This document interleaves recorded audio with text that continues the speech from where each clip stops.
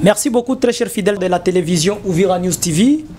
Aujourd'hui, dans l'émission Santé et Famille, nous avons le plaisir d'être avec le docteur. Il va devoir se présenter. Bonjour docteur et bienvenue. Bonjour, merci beaucoup. Moi, c'est docteur Guilain Bilali, Ndele Kigangu. Monsieur le docteur, vous êtes une fois de plus le bienvenu sur ce plateau. C'est à moi de vous dire merci pour jeter votre dévolu sur moi. Merci beaucoup. Aujourd'hui, dans l'émission Santé et Famille, nous allons discuter sur la question de l'impact du vaccin AstraZeneca. C'est comme ça? AstraZeneca? AstraZeneca, vous voulez-je dire. Et ensemble avec les docteurs, nous allons essayer un peu d'en discuter plus, c'est-à-dire il va essayer un peu de répondre sur quelques petites questions que se posent nombreux téléspectateurs. Monsieur le docteur, qu'est-ce que ce vaccin d'entrée de jeu? Le vaccin AstraZeneca, c'est un vaccin contre la maladie virale, la pandémie à Covid-19. C'est l'un des vaccins, parmi tant d'autres, parce qu'il y en a beaucoup. Ouais. C'est l'un des vaccins que la République démocratique du Congo a acheté pour la prévention de cette pathologie virale qui endeuille toute la planète. C'est tout comme explication? Ou il y a ajouté là-dessus? Au sujet de ce vaccin, bon, je ne suis pas virologue, je ne suis pas non plus biologiste.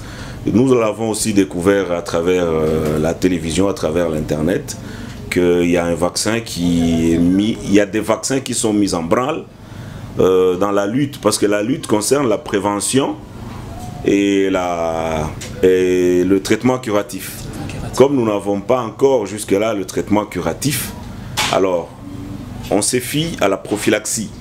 C'est-à-dire quoi? C'est ce qu'on nous enseigne tous les jours, les mesures barrières.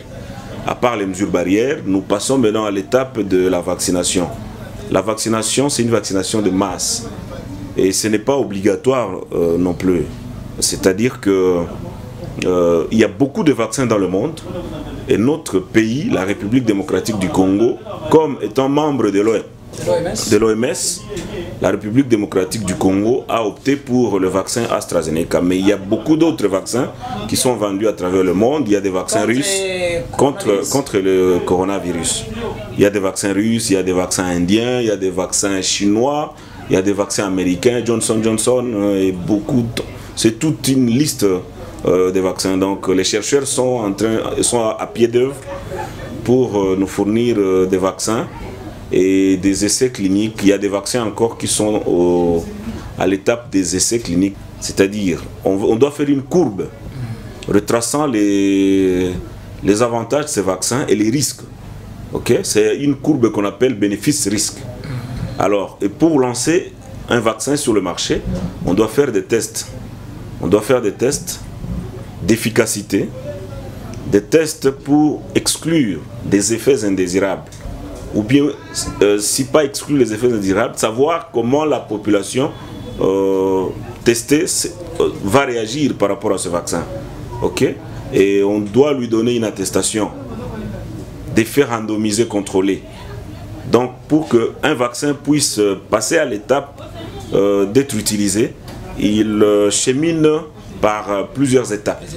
Par plusieurs étapes pour enfin les scientifiques puissent se décider et dire que les effets indésirables sont minimes par rapport aux effets curatifs escomptés. Merci beaucoup pour cette brève explication, messieurs les docteurs. Bon, vous venez de nous énumérer toute une cargaison de vaccins, peut-être la question de curiosité. Pourquoi la RDC a opté seulement pour les vaccins AstraZeneca?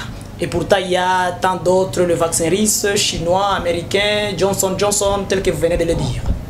Le choix, je ne saurais pas répondre. Peut-être si je travaillais au ministère, là, j'allais bien trouver des réponses. Mais la RDC étant membre de l'OMS, elle ne pouvait pas déroger à cette culture, à cette coutume. Donc, l'OMS étant...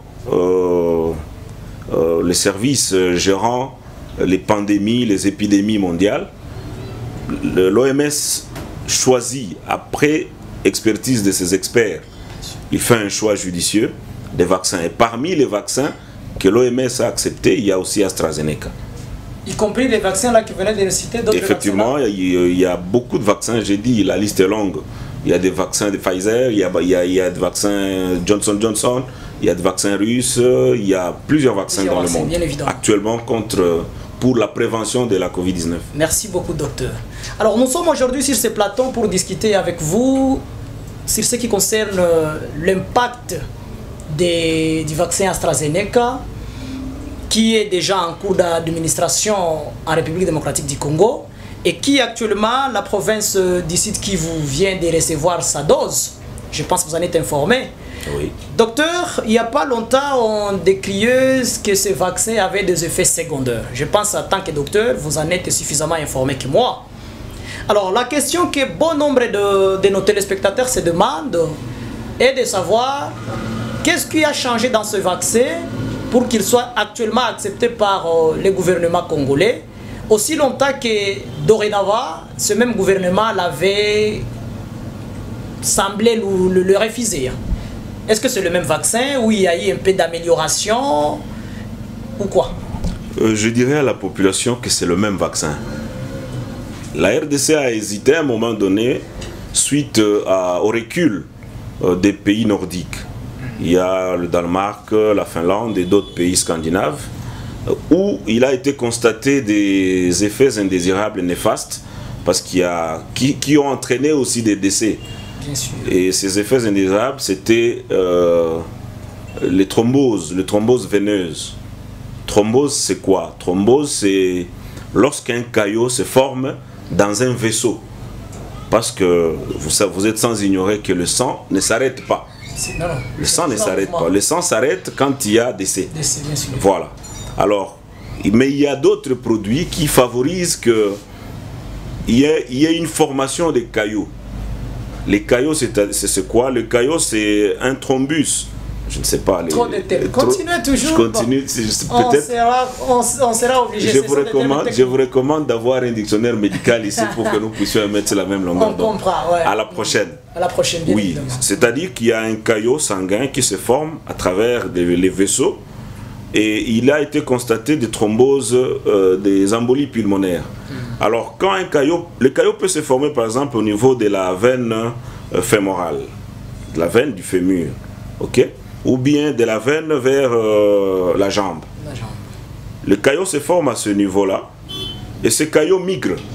Il est emporté par le torrent sanguin et il va échouer dans un vaisseau à petit calibre, soit au niveau du cœur ou au niveau du poumon, parce que le cœur, en même temps qu'il constitue une pompe, le cœur est aussi vascularisé par les artères coronaires.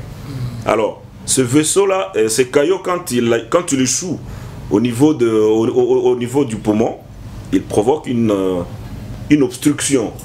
Ok? Passage du sang. Une obstruction en aval. C'est-à-dire quoi? Le sang ne passe plus à travers le petit vaisseau où le caillot a échoué. Et les territoires non vascularisés, vous savez les conséquences. Il y a ischémie, autrement dit ischémie, et l'ischémie entraîne la mort des tissus. Ok? Une mort tissulaire et qui va suivre le décès. Voilà. Ces complications ont été constatées dans d'autres pays. C'est comme ça que la République démocratique du Congo, au début, a d'abord hésité, après les explications des chercheurs qui ont estimé que ces complications survenaient dans une population, dans un échantillon donné, d'un cas sur plus de 10 000 personnes par exemple.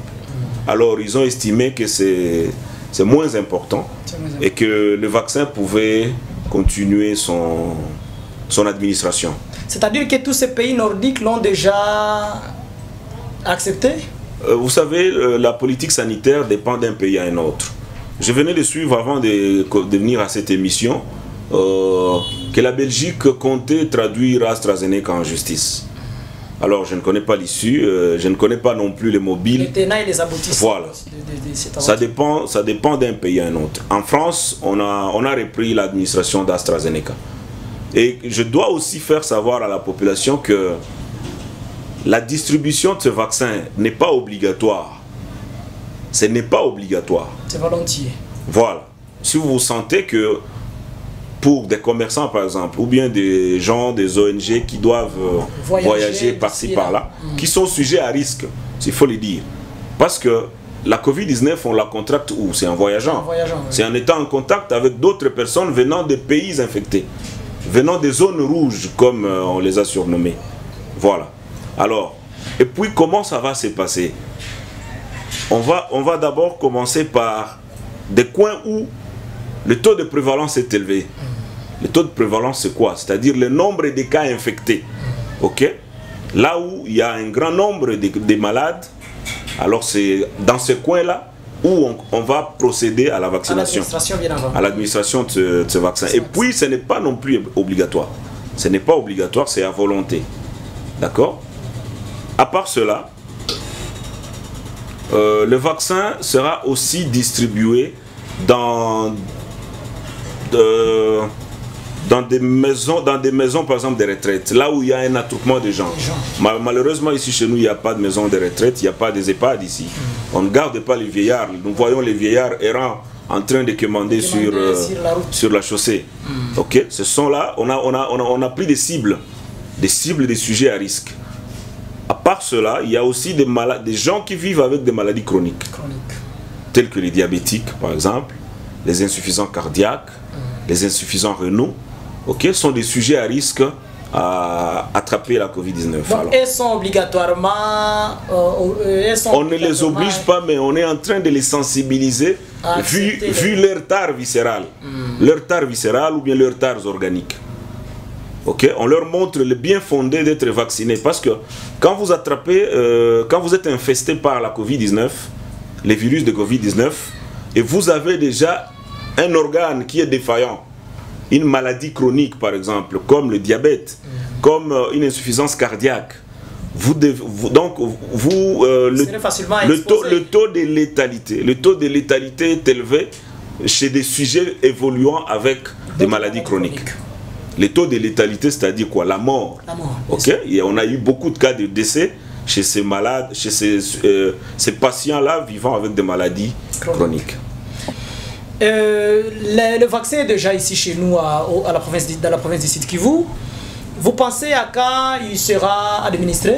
Il faudrait que les autorités, parce que les autorités sanitaires de la province, je vois le ministre provincial, je vois les directeurs provinciaux de la santé, et avec leurs tentacules maintenant des médecins chefs de zone, des médecins directeurs des hôpitaux publics, c'est eux qui doivent se réunir. On doit faire des réunions pour ceux qui seront concertés dans ces différentes réunions. C'est permettre à la population de comprendre les biens fondés de ce vaccin.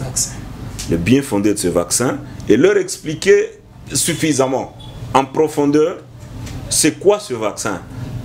Parce que ici la ville est encore rurale. Les gens s'adonnent à des rumeurs que de suivre des informations fiables et fondées. Et ici, des bouches autorisées. Voilà, des bouches autorisées. Mais malheureusement, ici, c'est la rue qui prime sur l'intellect. L'intellect, voilà.